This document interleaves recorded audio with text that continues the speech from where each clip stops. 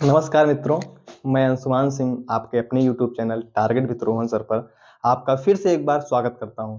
पिछली कक्षाओं में हम जैन धर्म से संबंधित सामान्य जानकारियों के बारे में चर्चा किए थे। आज जो हमारा टॉपिक है वो जैन धर्म के सिद्धांत और विशेषताएं देखेंगे आप। आइए हम अपने टॉपिक को शुरू करते हैं बिना देर किए। तो आप देखेंगे कि आपका जो जैन धर्म है, जैन धर्म में आपने 5 महाव्रतों को देखा था। अहिंसा, सत्य, अहिंसा, ब्रह्मचर्य, अस्तेय, अपरिग्रह के रूप में, ठीक है। उसके बाद आज देखिए, आज जो आपका टॉपिक है उसमें आपके महावीर स्वामी के प्रथम उपदेश की चर्चा की गई है। तो महावीर स्वामी ने प्रथम उपदेश कहाँ पे दिया था? तो आप क्या बोलेंगे? राजगृह विपुलाचल की पहाड़ियों पर। कहाँ पर? राजगृह विपुलाचल की पहाड़ियों पर, ठीक है। आगे बढ़ते हैं।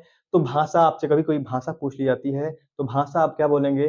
प्राकृत भाषा। जबकि आपने बौद्ध साहित्य की भाषा पाली देखी थी, लेकिन यहाँ पर आपको प्राकृत भाषा देखने को मिलेगी। प्राकृत भाषा को ही अर्धमगही भाषा भी कहा गया। तो अर्धमगही भाषा में आपके जो महावीर स्वामी हैं प्रथम उपदेश देते हैं कहाँ पर? राजगृह विपुलाचल की पहाड़ियों पर। ओके, आइए आगे बढ़ते हैं। आपके सामने फिर क्वेश्चन निकल कर सामने ये आएगा कि महावीर के अनुयायी को क्या कहा गया? तो अनुयायी को निग्रंथ कहा गया। महावीर के अनुयायियों को निग्रंथ कहा गया। आपसे क्वेश्चन पूछता है कि महावीर के प्रथम अनुयायी कौन थे? तो आप बोलेंगे जमाली। जमाली, ठीक है। आगे देखेंगे, आपसे क्वेश्चन पूछेगा कि प्रथम भिक्षुणी कौन थी? तो आप बोलेंगे चंपा, ठीक है। ये चीज आप याद रखिएगा। प्रथम भिक्षुणी चंपा, प्रथम अनुयायी जमाली, ठीक है। आइए आगे बढ़ते हैं। तो आप देखेंगे कि महावीर ने 11 अनुयायियों का एक संघ बनाया था। महावीर ने 11 अनुयायियों का एक संघ बनाया था जिन्हें गणधर के नाम से जानते हैं, ठीक है। आप आगे बढ़ेंगे तो आप देखेंगे कि महावीर के बाद प्रथम उपदेशक, महावीर स्वामी के बाद जो प्रथम उपदेशक थे उनका क्या नाम था? तो आप क्या बोलेंगे? आर्य सुधर्मा। आर्य सुधर्मा। आपसे क्वेश्चन साफ साफ पूछा जाता है कि महावीर स्वामी के बाद जो अगले उपदेशक थे जैन धर्म के, कौन थे? तो आप बोलेंगे आर्य सुधर्मा, ठीक है। आइए आगे बढ़ते हैं। जैन धर्म की विशेषताएं अब हम यहाँ पे शुरू करते हैं। तो सबसे पहली चीज, जैन धर्म में अनिश्वरवादी धर्म था। आपका जो जैन धर्म था वो भी ईश्वर में विश्वास नहीं करता था, ठीक है ना। जैन धर्म आपका ईश्वर में विश्वास नहीं करता था। वो सबसे प्रमुख जिनको मानता था विजेता यानी कि महावीर स्वामी को मानता था, और वो ईश्वरवादी धर्म नहीं था, ठीक है। दूसरा आप देखेंगे अनेकात्मवादी, यानी कि आत्मा की बहुलता पर विश्वास करता है आपका जैन धर्म। बोलता है कि बहुत सारी आत्माएं होती हैं, ठीक है। तो एक से अधिक आत्माओं का कॉन्सेप्ट आपके जैन धर्म में आपको देखने को मिलता है। फिर और आगे बढ़ेंगे, पुनर्जन्म एवं कर्मवाद में विश्वास। महावीर स्वामी देते हैं इसको पुनर्जन्म एवं कर्मवाद में विश्वास। पुनर्जन्म में भी विश्वास करते हैं। महावीर स्वामी जो कॉन्सेप्ट देते हैं वो बोलते हैं कि पुनर्जन्म भी होता है, क्योंकि आत्माओं का कॉन्सेप्ट है तो पुनर्जन्म में भी विश्वास ये लोग करेंगे, ठीक है। दूसरा आप देखेंगे कि कर्मवाद में विश्वास, और कर्म पर विश्वास करते हैं, ना कि कर्म कांडों पर। कर्म पर, कर्म करिए आप, आपको फल अवश्य ही मिलेगा, ऐसा महावीर स्वामी का मानना था, ठीक है। वे किसी भी कर्मकांड वगैरह पर विश्वास नहीं करते थे। वे, उनका मतलब था, उनका मेन कहना था कि पुनर्जन्म भी होता है मनुष्य का, और आपका जो कर्म है वो प्रधान है, ठीक है। आपके वर्ण व्यवस्था को मान्यता प्रदान करता है आपका कौन? आपका जैन धर्म। आपका जैन धर्म जो है वो वर्ण व्यवस्था का खंडन नहीं करता है, वो भी वर्ण व्यवस्था को एक्सेप्ट करता है, ठीक है ना, ठीक है। तो आपका जो जैन धर्म है वो क्या करता है? वर्ण व्यवस्था को भी स्वीकार करता है, ठीक है। उसके बाद अनेकात्मवाद, यानी कि एक से अधिक आत्माओं के बारे में भी देखता है, आत्माओं की बहुलता के बारे में देखता है। आपने देखा पुनर्जन्म का भी कॉन्सेप्ट आपके जैन धर्म में देखने को मिलता है, ठीक है। आइए आप देखेंगे कि जैन धर्म के त्रिरत्न थे। जैसे आपके बौद्ध धर्म में आपने 3 रत्न पढ़े थे, कौन कौन से याद है आपको? बुद्ध, धम्म, संघ। उसी प्रकार से आपके जैन धर्म में भी त्रिरत्न का कॉन्सेप्ट देखने को मिलता है। कौन कौन से? सम्यक दर्शन, सम्यक ज्ञान, सम्यक आचरण, ठीक है ना।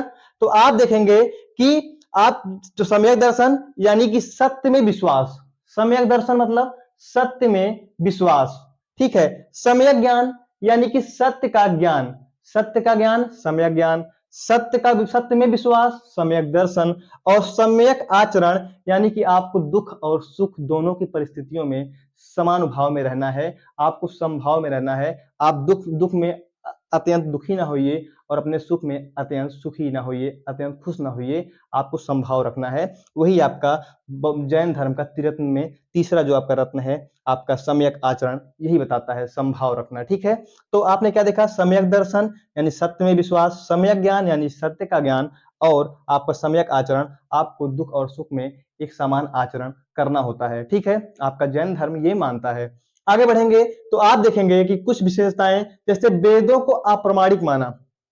जो आपके 4 वेद है ना, 4 वेद जो आपके वैदिक काल में देखने को मिले थे, कौन कौन से, आपके ऋग्वेद, सामवेद, यजुर्वेद और अथर्ववेद। तो इन चारों वेदों के ज्ञान को या प्रमाण को ये एक्सेप्ट नहीं करता। आपका जो जैन धर्म है ये वेदों को अप्रामाणिक मानता है, बोलता है कि वेद जो थे, वो जो वेद थे आपके प्राचीन भारत में, वो प्रमाणिक ग्रंथ नहीं थे। कौन मानता है, आपके जैन धर्म मानता है, ठीक है। आगे देखेंगे पशु बलि का विरोध, पशु बलि का भी विरोध करता है आपका जैन धर्म।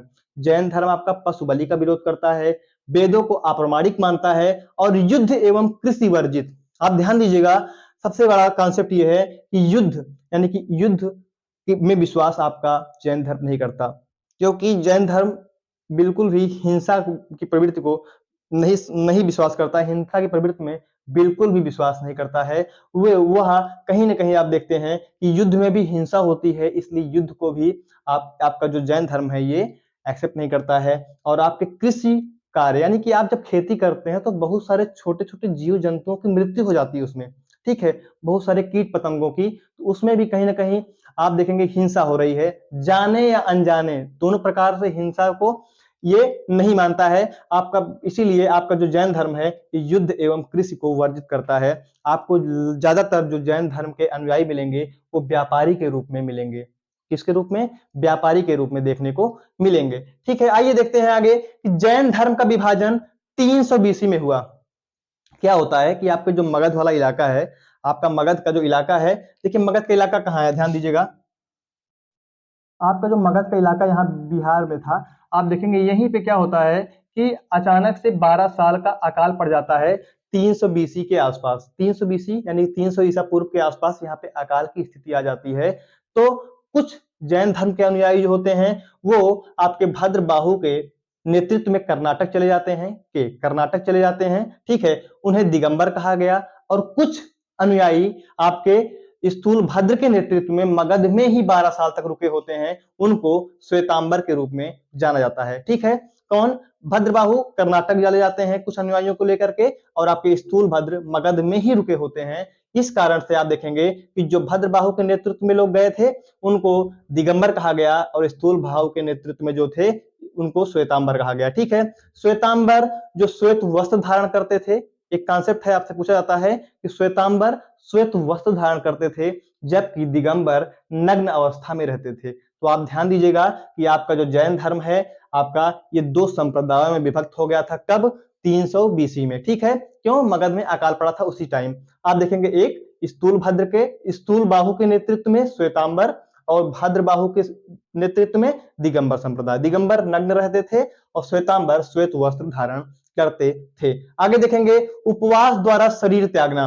आपके जैन धर्म में उपवास के द्वारा शरीर को त्यागने की प्रथा देखने को मिलती है, ठीक है। तो आप देखेंगे कि जो श्वेतांबर लोग थे, जो श्वेतांबर यानी कि आपके जो श्वेतांबर संप्रदाय के लोग थे, वे कहीं ना कहीं जो उपवास के द्वारा जो अपना शरीर को त्याग करते थे उसे संथारा पद्धति कहते थे या संथारा विधि कहते थे, ठीक है, संथारा, ठीक है। आगे देखेंगे कि जो दिगंबर संप्रदाय के लोग होते थे वे सल्लेखना विधि के द्वारा क्या करते थे, अपना प्राण त्यागते थे। आपने पढ़ा होगा कि चंद्रगुप्त मौर्य जो थे वो सल्लेखना पद्धति के द्वारा अपने प्राण को त्याग दिए। ये दोनों पद्धति नाम अलग अलग है, श्वेतांबर में ये संथारा के नाम से जानी जाती है, जबकि जबकि दिगंबर संप्रदाय में ये आपको सल्लेखना के नाम से जानी जाती है। बस कॉन्सेप्ट पीछे क्या है कि आप उपवास करेंगे, उपवास करके अपने शरीर को त्याग देंगे, ठीक है ना। उपवास के द्वारा अपने शरीर को त्यागना संथारा या सल्लेखना कहलाता है। आगे बढ़ेंगे, आप देखेंगे जैन धर्म मानने वाले शासक। आपसे पूछ लिया जाता है कभी कभी क्वेश्चन में कि जैन धर्म को मानने वाले शासक, तो आप क्या क्या बता सकते हैं, उदयन, ठीक है, उदयन। आगे बढ़ेंगे चंद्रगुप्त मौर्य के बारे में मैंने बताया ही आपको, खारबेल, ठीक है, चंदेल शासक, उसके बाद राष्ट्रकूट शासक अमोघ वर्ष की भी चर्चा कभी कभी देखने को मिलती है। राष्ट्रकूट शासक अमोघ वर्ष की भी चर्चा देखने को मिलती है। फिर से एक बार, उदयन, चंद्रगुप्त मौर्य, खारवेल और चंदेल शासक, ठीक है। और राष्ट्रकूट शासक अमोघ अमोघ वर्ष की भी बात देखने को मिलती है, जो कि आपके जैन धर्म के अनुयायी थे, ये लोग राजा थे, ठीक है। आगे बढ़ेंगे तो जैन संगतियां, जैसे आपके यहाँ बौद्ध संगतियां, 4 बौद्ध संगतियां देखने को मिली थी, 4 बौद्ध सभाएं देखने को मिली थी, उसी प्रकार से आपको जैन धर्म के अंतर्गत भी 2 जैन सभाएं देखने को मिलती हैं। जो पहली जैन सभा है वो 300 बीसी में होती है, कहां पर? पाटलिपुत्र। आपसे स्थान पूछाता है कि प्रथम जैन सभा, तो आप क्या बोलेंगे? पाटलिपुत्र, ठीक है। किसके नेतृत्व में?